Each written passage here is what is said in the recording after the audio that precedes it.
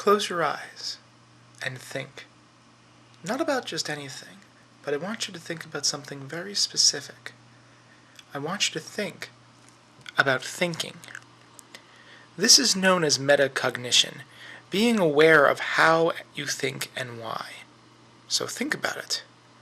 Think about what you are doing in order to think. Think about the how and the why. Now I want you to separate yourself from your thoughts. Can you do that? Can you conceive of you without your thoughts? No opinions, no reflections. If you remove these things from yourself, what will be left that still makes you, you? Maybe you'd think about your body, but without your thoughts, how would it be you? You might say your soul, but no matter how you define it, without thoughts, what would make this entity you? Maybe your experiences. Maybe you'd still have them. But what would they do?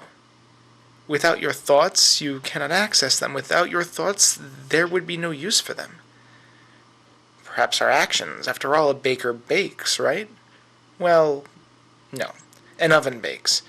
A car drives. But it is the conscious thoughts that we give the credit to. And how could we even perform actions without our thoughts? This leads me to a very simple conclusion. We are our thoughts. And that is why I believe that psychology, along with other fields that study the brain, is the biggest problem to religion today. Among professionals in the United States of America, psychologists are probably the least religious. In fact, a study done on college professors showed that psychology professors are far less religious than the majority of their peers. 60% of them either atheist or agnostic. The question here is why? Why is it that only 25% of psychology professors have any sort of religious certainty? Now, I think the answer is very clear. I think it is the science itself, the information that psychologists and other fields have to deal with on a daily basis. The study of the brain, even though it is still possibly even in its infancy, has given so much information, and yet there's so much more to go into. But the information that has been divulged from these studies and experiments has shown quite clearly that there is no such thing as a soul. There's no room for it in the data, in the studies, in the way that we see the brain working.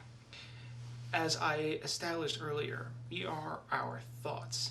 And the biggest contribution, I think, that psychology has given to refuting the claims of religion is proving that we are indeed our thoughts. We can see the thoughts happening in the brain. The studies, I don't feel, are even necessary to go into that.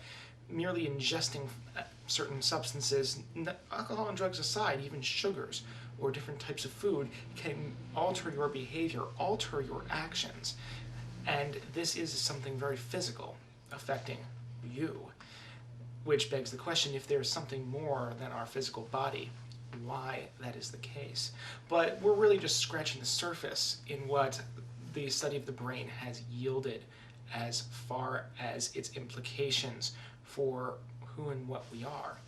A study done back in 1985 was able to ascertain that people are aware of their actions at least an entire second after they have already made the decision to perform that action.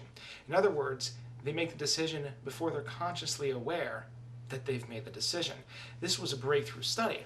Of course, since then, actually just last year in 2008, a study was published which showed that the time for this is not only a second, but 5 or 10, and we're still working with what I consider to be primitive technology in understanding the brain. Who knows how far in advance we'll be able to predict what people will do. But I think these studies show quite clearly that there is no such thing as free will. There is no such thing as an immaterial soul, because what we are and what makes us us is not what we really think it is. The biggest argument for free will is quite simply just stating what it means, in that you have a choice. You can choose to do this or you can choose to do that. But what these studies show is that in reality, you aren't choosing anything.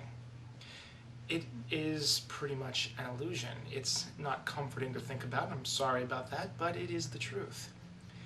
You are not making the choices that you think you are.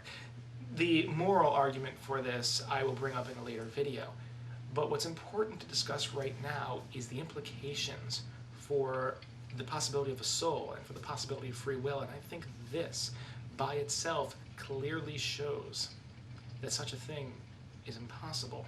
We have only just begun to scratch the surface in regards to understanding our mind.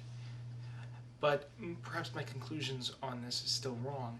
So the question before you tonight is, where does the soul fit in to what we know about the brain and understand about our behavior? There's much more to come, but in the meantime, I'll leave you with that. Have a nice day. Honest Discussioner, out.